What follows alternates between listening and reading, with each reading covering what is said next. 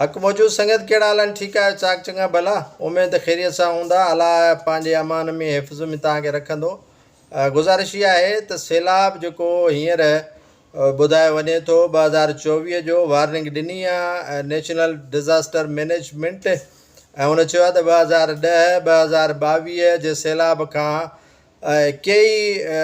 गुना ज़्यादा सैलाब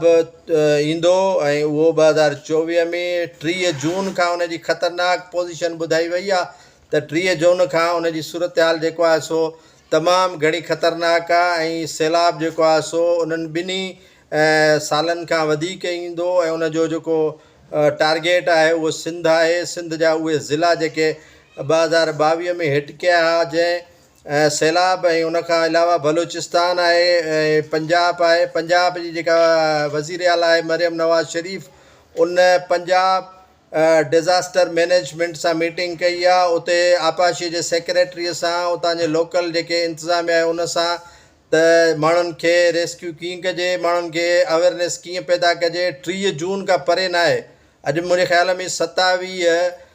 जून आहे। बाक़ी 2 या 3 ॾींहंनि जे अंदरि अंदरि जेके मॉनसून बारिशुनि जो असांखे ॾस ॾिनो वियो आहे मौसमियात खाते तरफ़ां, नेशनल डिज़ास्टर मैनेजमेंट जे तरफ़ां, पर सिंध हुकूमत उन्हनि शयुनि खे तवजो ॾियण लाइ तयारु न आहे। नाज़रीन, सिंध हुकूमत जे न वज़ीरनि खे इहा परवाह आहे, न वज़ीर आला खे परवाह, न वॾनि खे परवाह, न वरी पाकिस्तान पीपुल्स पार्टीअ जे चेयरमैन बिलावल भुट्टो ज़रदारी साहिब खे परवाह, न वरी आसिफ़ अली ज़रदारी साहिब खे परवाह इन मामले जी। उन्हनि खे कंहिं क़िस्म जो माना हो न आहे त सिंध जे माण्हुनि खे रेस्क्यू करिणो आहे।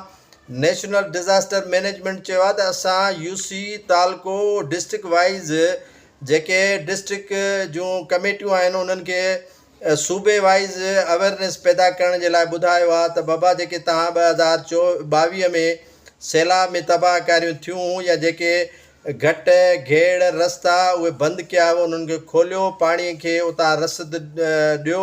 पाणीअ जो लंघ उतां ठाहियो, ऐं जेके ट्यूबवेल नाकर आहिनि उन्हनि खे चालू कयो। जेको स्कारप खाते जी नाली आहे उनखे अहल बणायो,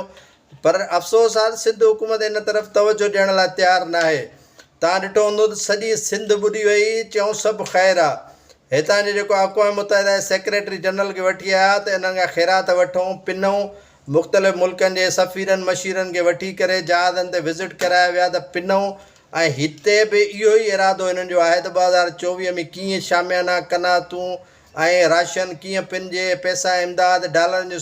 सूरत में कीअं वठिजे। ग़रीब जेकॾहिं ॿुॾे थो त भले ॿुॾे। यकीन ॼाणियो त 2022 जी जेका ॿोॾि आई उन में अञा ताईं सूरत हाल उहा ई रही आहे, ख़ासि तौर ते सिंध जे उन्हनि इलाइक़नि जी, उन्हनि डिस्ट्रिक्ट्स जी जिथे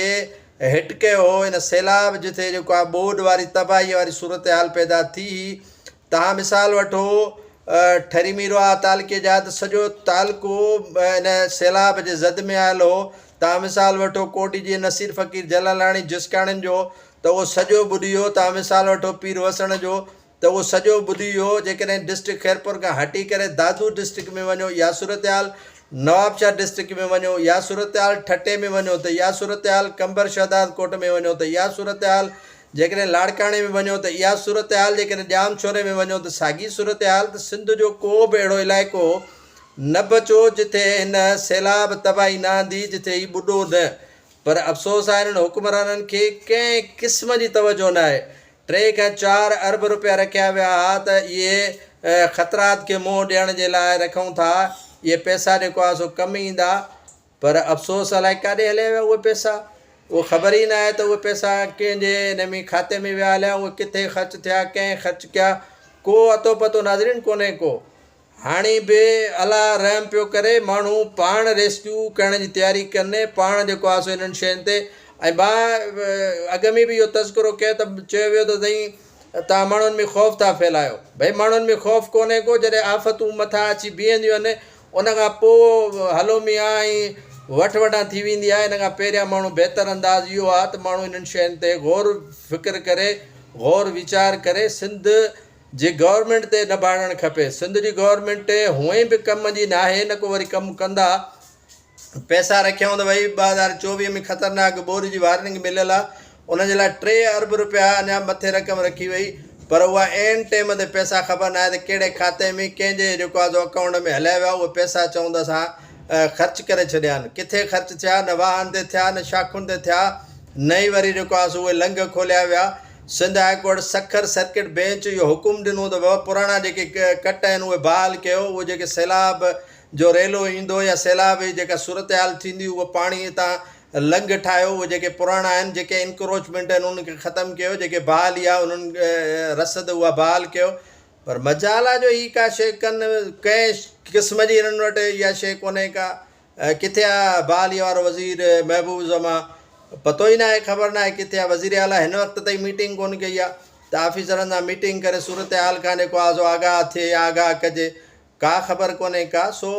अलाह पियो रहम करे ऐं बलोचिस्तान में सूरत हाल शुरू थी वई आहे बोर्ड वारी उते बि जेको आहे सो का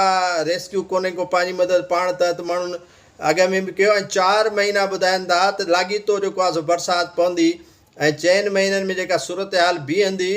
उहा किथे बीहंदी ऐं इहे नयूं जेके लही ईंदियूं उहे किथे दंग कंदियूं इहा तमामु इंतिहाई ख़तरनाक सूरत हाल आहे इन ख़तरनाक सूरत हाल में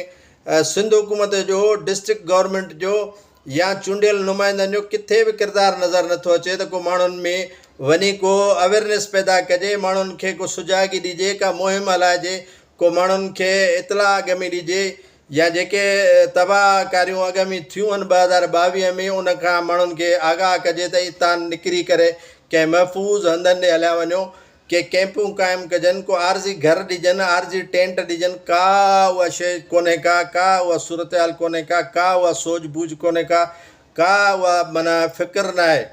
हाणे अलाह ई रहम करे परवरदिगार अॻ में बि रहम कयो ऐं पंहिंजी बाज कई बाक़ी हुकुमराननि में भाड़ण हुकुमरान खाइणु ॼाणींदा अथव पटणु ॼाणींदा आहिनि माण्हुनि जा पैसा अचनि उहे उन्हनि खे हज़म करणु ॼाणींदा आहिनि टेंट हज़म करणु ॼाणींदा आहिनि ग़रीबनि जे नाले ते जेका इमदाद अचे उहा हज़म करणु ॼाणींदा आहिनि बाक़ी माण्हुनि जी मदद करणु ई कतई कोन ॼाणींदा आहिनि